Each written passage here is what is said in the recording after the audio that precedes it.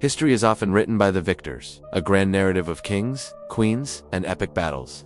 But lurking in the shadows of these grand tales are darker stories. Stories of crimes so sinister they've echoed through the centuries.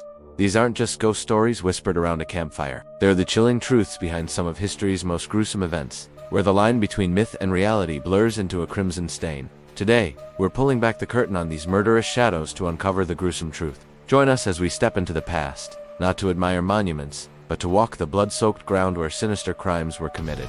Our first stop takes us to 19th century London, a city of stark contrasts.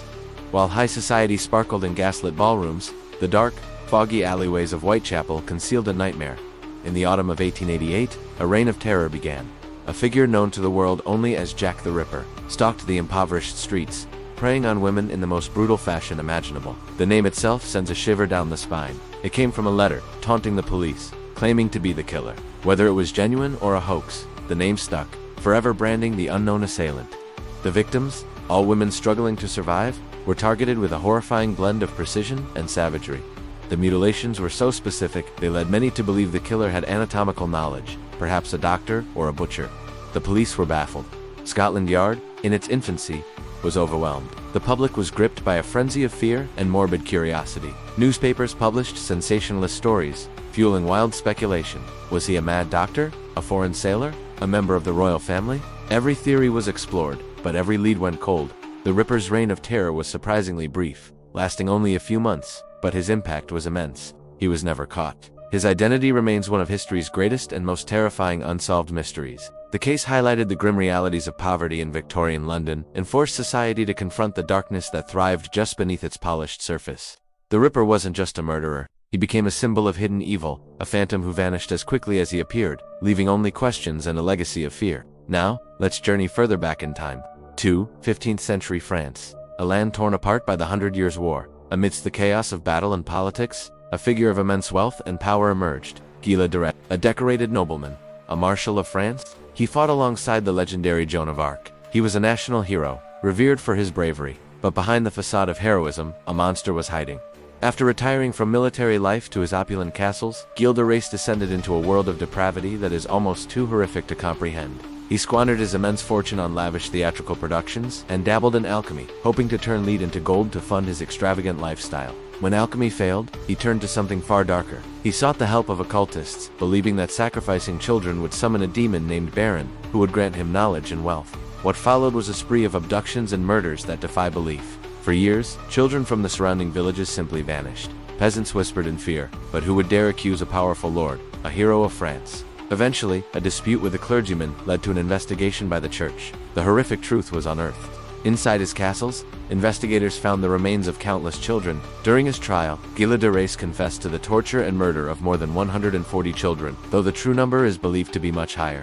He was found guilty and executed in 1440. His story serves as a terrifying reminder that evil can wear the most respectable of masks. The celebrated war hero was, in reality, one of history's most prolific and monstrous serial killers. From the castles of France, we travel to the bustling city of Chicago at the turn of the 20th century. The year is 1893, and the world is flocking to the city for the World's Columbian Exposition, a grand fair celebrating progress and innovation. Amidst the excitement, a charming and charismatic doctor named H. Holmes was building a hotel, later dubbed the Murder Castle. To the outside world, it was just another business venture in a booming city. But the building's interior was a labyrinth of horrors, designed for one purpose: murder. Holmes, born Herman Mudgett, was a con artist and swindler from a young age. He arrived in Chicago and, through a series of cons, took over a pharmacy. He then began construction on his 3-story hotel. The building was a maze of windowless rooms, secret passageways, doors that opened to brick walls, and staircases that led nowhere. There were trapdoors in the floors that sent unsuspecting victims down greased chutes to the basement. And the basement was a torture chamber straight from a nightmare. It was equipped with a dissecting table, a crematorium, and vats of acid. Holmes preyed on young women who came to Chicago seeking work, as well as tourists visiting the fair.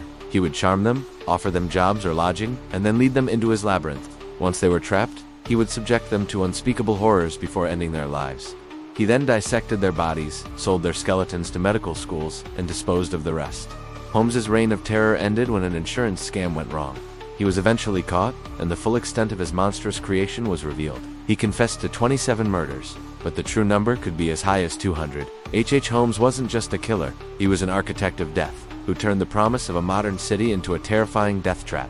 Our final story takes us not to a single killer, but to a collective mania that gripped a small town and led to mass hysteria and death. Welcome to Salem, Massachusetts, 1692. The Salem witch trials are a notorious chapter in American history, a stark example of how fear, superstition, and religious extremism can combine to create a deadly storm. It all began when a group of young girls, including the daughter and niece of Reverend Samuel Parris, started exhibiting strange behaviors. They screamed, threw things, and contorted their bodies into odd positions. A local doctor, unable to find a physical cause, diagnosed them as being bewitched. Under pressure from magistrates, the girls named 3 women as their tormentors: a slave named Titaba, a homeless beggar named Sarah Good, and an elderly woman named Sarah Osborne. What started with a few accusations spiraled out of control. A special court was established to hear the cases. The trials were a sham. Spectral evidence, testimony in which a witness claimed the accused person, as spear appeared to them in a dream or vision, was accepted as fact. Accusations flew, fueled by pre-existing neighborhood squabbles, social anxieties, and a rigid puritanical belief in the devil's ever-present threat. To confess to witchcraft was, ironically, a way to save your life, though it meant you had to name others. To maintain your innocence meant almost certain death. Over the next several months, more than 200 people were accused of witchcraft. 19 were hanged on Gallows Hill, several others died in prison, and one elderly man was pressed to death with heavy stones for refusing to enter a plea. By the time the hysteria subsided and the colonial government acknowledged the trials were a mistake, it was too late. The murderous shadows in Salem weren't cast by a single monster, but by the collective darkness within a community, a chilling testament to the dangers of mass panic and injustice. From Jack the Ripper's foggy London to H.H. Holmes's deadly hotel. From the depraved acts of a French nobleman to the mass hysteria of Salem, these stories reveal a horrifying side of our past. They show us that the monsters we read about aren't always mythical creatures. Sometimes, they are people living among us, hiding behind masks of respectability, heroism, or even piety. These murderous shadows serve as a timeless warning, to question what we see, to challenge authority, and to never forget the darkness that can lurk just beneath the surface of civilization.